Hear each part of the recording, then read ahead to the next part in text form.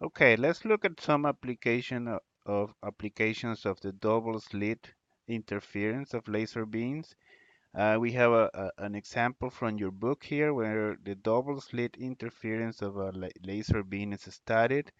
So we have light from a helium neon laser, and that has a wavelength of 633 nanometers, and then illuminate two slits that are zero point 0.4 millimeters apart.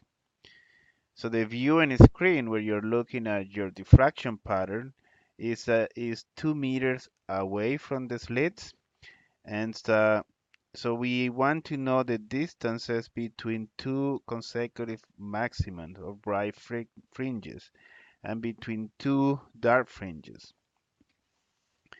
So to solve this, we used our equation for the double slit interference. So that the location of the maximum is given by m lambda L over d. M is an integer, lambda is the wavelength, L is the distance to the screen, and d is the separation between the two holes in the aperture.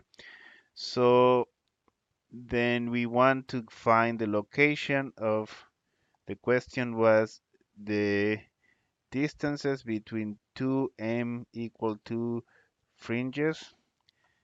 So the distances would be, well, you put two here, and then this is the wavelength, the location, the distance, and the aperture here, the distance between the holes of the apertures, and you get that this is 6.3 millimeters. So basically the maximums are going to be 6.3 millimeters apart, or from the central maximum, sorry. So what you get here is that if this is your screen, this is what you're looking at, this is your screen. So you get a central maximum here, and then you get another one. Okay, this is m equals 0 maximum. Then you get m equal 1 and m equal 1. And then you get another maximum here, m equal 2 and m equal 2. And the distance between this and this is 6.3 millimeters. So the m equal 2 dark fringe is located at, well, it's going to be m plus 1 half. So it's going to be over here, right? And that's 7.9 millimeters. So we can use a double slit experiment to measure the wavelength of light. To do that, we set a double slit which is 0.3 millimeters apart, and we put the screen 1 meter away, and then we get 10 bright fringes, and the distance is 1.7 centimeters. What is the wavelength of the light? So again, what we have here is we are going to have these fringes. This is the central one, then you get one here and one here. You get another one here and another one here. And so the difference between any one of these two, right, would be given by delta y, which is 1.7 centimeters, right? That is the distance between, what you're being told is that you get 10 bright fringes, right?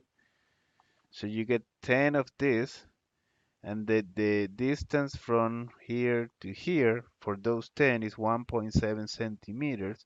So you divide that by 9, which is the number of holes in there, if you will, the number of dark fringes, and that gave you 1.89 times 10 to the 3 meters.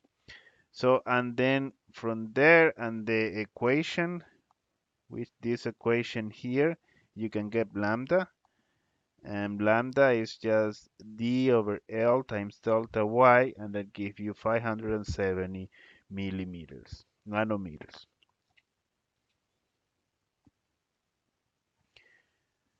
So we have a quick question here. You have an experiment that produces this diffraction pattern from a double slit interference. So now, and this is produced with red light. If green light is used, and everything else is same, what happens to the bright fringes? And to answer this question is better if you go in your book and check the wavelength of the red light, wavelength of green light, and also compare that with this equation here, and you should get your answer. Take a minute. Well, and the answer is the separation, this separation between two maximums that you can get from that equation there is lambda L divided by D. So green light has a shorter wavelength, so therefore the fringes are going to get closer.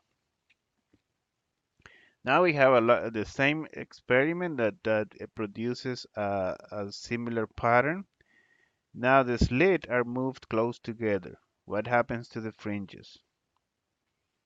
Take a minute to answer this question. And the answer is they move farther apart simply because you are dividing by D and D is becoming smaller. So what is the intensity of the light on this diffraction pattern?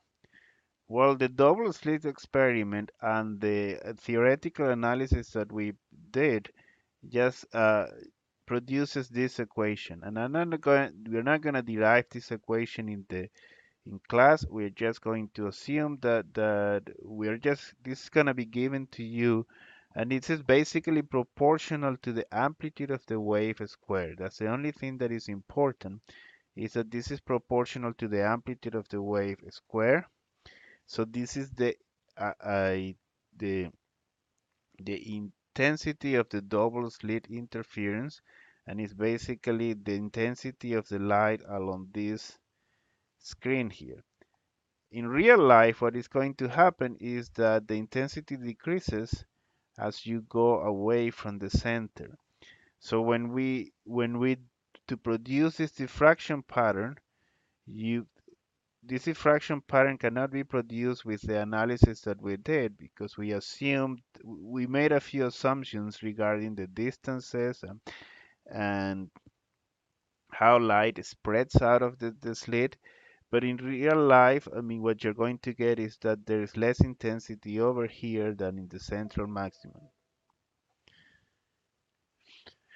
So a laboratory experiment produces a double slit interfering pattern on a screen. If the amplitude of the light wave is double, the intensity of the central maximum will increase by a factor of, take a minute.